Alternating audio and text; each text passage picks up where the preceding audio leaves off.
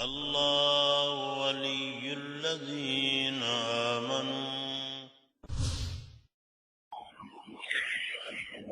پھر نبی علیہ السلام نے ارشاد فرمایا کہ میں نے تیسری عورت کو دیکھا کہ وہ جہنم میں اپنے پستانوں کے بل لٹکی ہوئی تھی۔ پوچھا گیا کہ یہ کون؟ نبی علیہ السلام نے فرمایا کہ یہ دنیا میں زنا کی مرتکب ہونے والی، غیر محرم کو اپنے جسم کو ہاتھ لگانے کا موقع جو دیتی تھی اس کو پستانوں کے بل لٹکا دیا جائے گا۔ آج کے دور میں اس گناہ کا جو سب سے بڑا ذریعہ ہے نا وہ سیل فون ہے۔ اس گناہ کا اس وقت جو سب سے زیادہ، یعنی ایک زمانہ تھا کہ موسیقی اس کا ذریعہ تھا، پھر ایک زمانہ آ گیا کہ ٹی وی اس کا ذریعہ بن گیا، آج وہ زمانہ ہے کہ سیل فون اس کا ذریعہ ہے۔ شریفوں گھروں میں بچے، شریفوں کے گھروں میں بچیاں اس ہیل فون کی وجہ سے ناجائز تعلق میں گرفتار ہو جاتی۔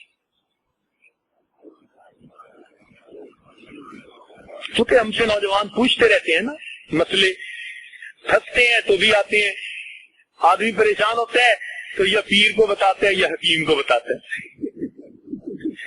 حکیم کو بتاتے ہیں جسمانی علاج کے لیے اور پیر کو بتاتے ہیں روحانی علاج کے لیے۔ تو ہم نے کم از کم 100 بچوں سے انٹرویو کیے۔ یہ حیار پاک نام نے جو کتاب لکھی نا یا لکھ رہے ہیں تو اس کو ہم نے حقیقت پر مبنی بنایا۔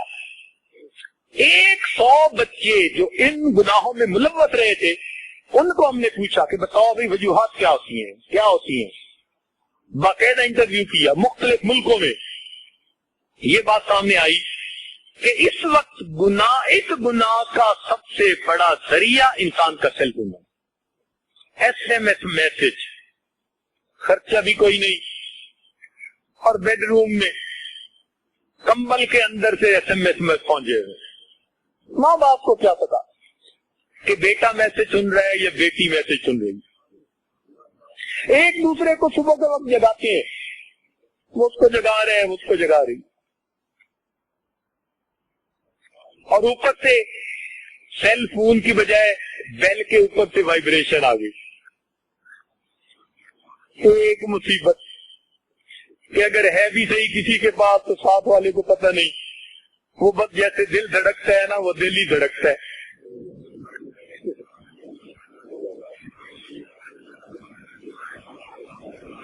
اس لیے اپنے گھروں میں سیل فون کا استعمال لمیٹڈ رکھیے، فقط کام کی حد تک، فقط بزنس کی حد تک۔ اور آج کل تو مدرسے میں آنے والے چھوٹے چھوٹے بچوں کے ہاتھ میں سیل فون ہے۔ ابھی میں ایک ملک سے آیا ہوں تو وہاں ایک عالم کہنے لگے کہ میں نے اپنی کلاس کے بچوں کی اچانک تلاشی لی تو 9 چھوٹے بچوں کے جیبوں سے سیل فون نکلے۔ اس لیے یہ چھپا ہوا دشمن ہے۔ آج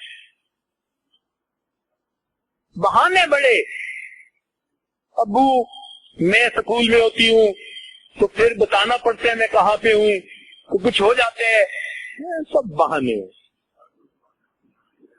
سب جھوٹ ہے، مقصد کوئی اور ہوتا ہے۔ تو کوئی ضرورت نہیں نئے نئے ماڈل کے فون لے کے دینے کی۔ اور ہمارے سامنے کوئی ایسے کیس آئے کہ جو بد کردار نوجوان ہوتے ہیں وہ خود سیل فون لے کے اس بچی تک پہنچا دیتے ہیں، ماں باپ کو پتہ ہی نہیں ہوتا کہ سیل فون ہے یا نہیں، اس کے ہاتھ میں پہنچا ہوا ہوتا ہے، بل بھی کوئی پے کر رہا ہوتا ہے۔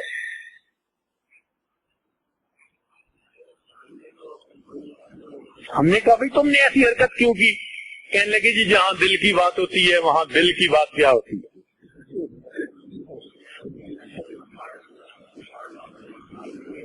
2 مہینے پہلے ایک ملک کا سفر کر کے میں آیا، اس ملک میں ایک باپردہ بچی نے سیل فون کے ذریعے